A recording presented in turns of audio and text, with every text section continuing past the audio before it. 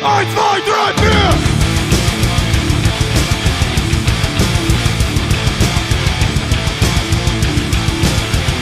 From the Riffs!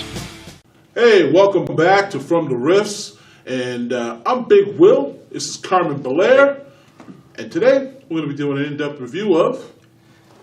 We're doing Riffs, Dimension Book 10, Hades, The Pits of Hell. Hades. The Pits of Hell.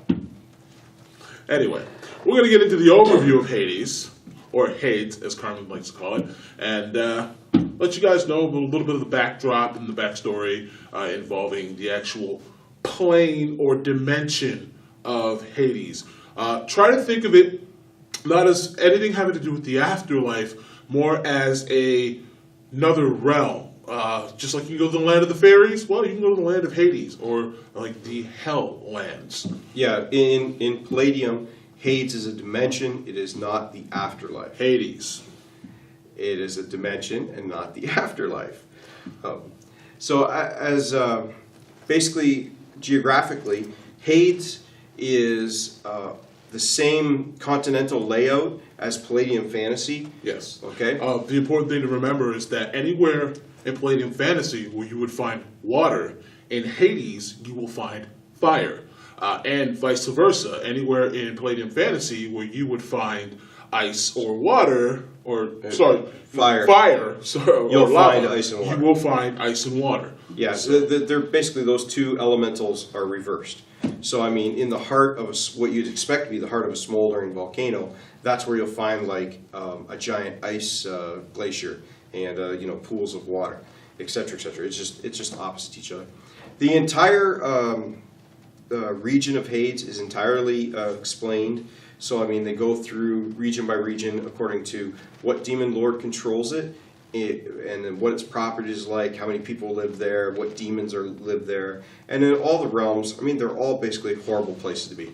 As a human, you don't want to be in Hades. That's right. There are living people there. Now, most of these people are captures or slaves, or they're slaves or the daughters of slaves, or poor unfortunate people. I almost made the mistake of saying souls. We really got to reiterate, these are living people. This is a realm. There is air to breathe there in some places. Yeah. There's ground to walk on. This has nothing to do with your soul. Yeah, there's a sky, but there's no sun. It's like permanent twilight. It's a dark, evil dimension. I mean, it's just... There's nothing positive there. No flowers grow. Yeah. Okay, the next thing we want to get into really is, I guess, the Minion War itself. The idea of the Minion War started again in Palladium Fantasy, and in Palladium Fantasy there's a book called The Land of the Damned. And in the Land of the Damned, the devils and the demons have gone to war, and they're basically now taking that war from that one dimension big time, and they're going across the Megaverse. They're bringing it to everywhere. So anywhere where you would potentially run into a demon or devil, there is going to be, I mean, more or less, it's a turf war. Yeah, it's anywhere in the Megaverse that's magically active. So Phase World, Rifts, Heroes Unlimited, Palladium Fantasy, all of them are subject to the Minion Wars influence. I'd say pretty much everything except for Robotech. Yeah, things like Robotech or, what do you call it, Dead Rain, those kind of games. Games where magic is completely low. Splicers. Anywhere where there's just not a magical influence, those are the only dimensions they're not fighting over.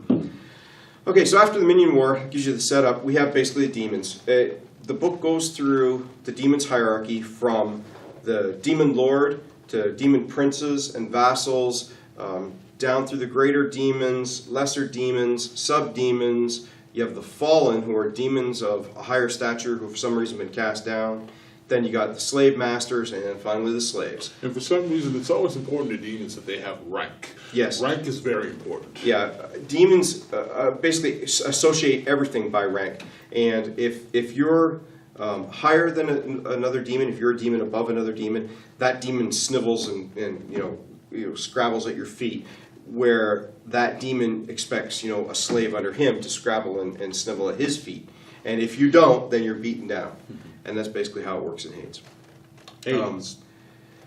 The demons are very natural creatures. They rely on magic and their own brute force. They almost pretty much dismiss any kind of technology per se. Yeah, that's something for slaves. It has nothing to do with them. They don't You care may about find like an underground black market, so to speak, Yeah, there's a black market. in Hades, but you're not going to find in your average town or living assortment. You're not going to find people selling, guns and things on the street. Yeah, no, it just doesn't happen.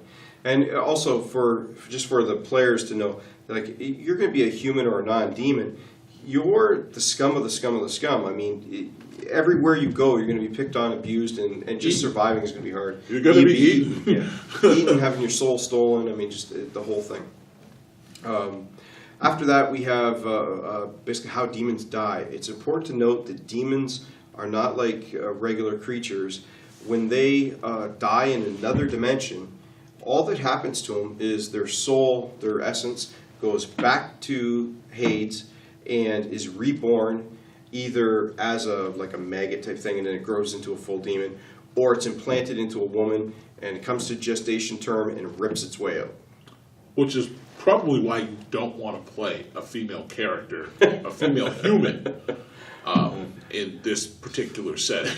It's not a good way to go. Right. But so their death is kind of important, and then within Hades itself, when a demon dies, it's dead. So that's a kind of important thing to note. That it's Whoa! just a different You place. just called it Hades. Okay. All right. So after that, we're going to go through the book. I'm actually going to grab the book here, and I'll give you an idea of some of the demons that are in it. Now, this is basically all the demons in here are retools, although there are some new ones, of the original ones that occurred in Palladium Fantasy. Right from the beginning of the Palladium gaming game books. So I'm just going to read through a fast list. I'm not going to stay on each one too long. If I can find the page I'm looking for. It always happens when you pick up a book. Okay, so anyway, we have subdemons. It goes through the Gargoyle Lords, Mages, Gargoyles, Gargoyle Lights, so all the Gargoyles are there. You have various fallen. In this case, we have Tarsus, who's kind of like a mutantly unstable creation. Then you have death demons, which are demons afflicted by plague. We go through all the regular list of lesser demons that all players of Palladium are used to.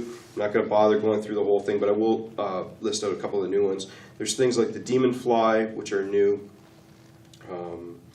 Then there's things that I like the Kuri, which is like the Demon Fairy. Again, that one's new. And then there's all the other ones we're used to. And then we go into greater demons. We have things like the Breckshall, the Soul Catcher. He's the one who catches souls for soulmancy. I'll explain that in a minute. And then there's a bunch of others. Again, they're the traditional demons that we're used to. They've all been restatted, reskilled, and brought up to MDC levels, and just basically set up afresh. After that, we have the Demon Lords. So Hell is led by Modius, and then Modius has all his lieutenants who are the princes of Hell, or dukes, etc. And each one has its own entry. There's no point in reading through them because it would take forever. That's right, because this is a fairly large book, so Yeah. it's got some heft. After that, we have Soulmancy. Now, you can explain Soulmancy. Soulmancy is essentially taking a soul and binding it to an item or object, or weaving it into that object, giving it many different desirable effects, or increasing its power. Yeah, it's some type of magic. Usually based on a spell. But things like making it indestructible, Yeah. et cetera, et cetera. But they're generally some type of handheld weapon. Although there are hell cannons and soul cannons and soul transports, which the demons use magic to make these things, because they're basically gearing up for a full-scale war. After that, we have a selection of monsters, things like the nether beasts, antlions, all kinds of stuff you'd encounter in hell. Some of them are used by the armies, but not much. And that pretty much wraps up everything. It's the first book, the starter of the Hell series, of the Minion Wars series. Yes. And it's followed by several others. That's right. So, Let's wrap it up. once again, this is Fun to Riffs. Pick the book up, use it, abuse it, have fun with it, and we'll see you next time.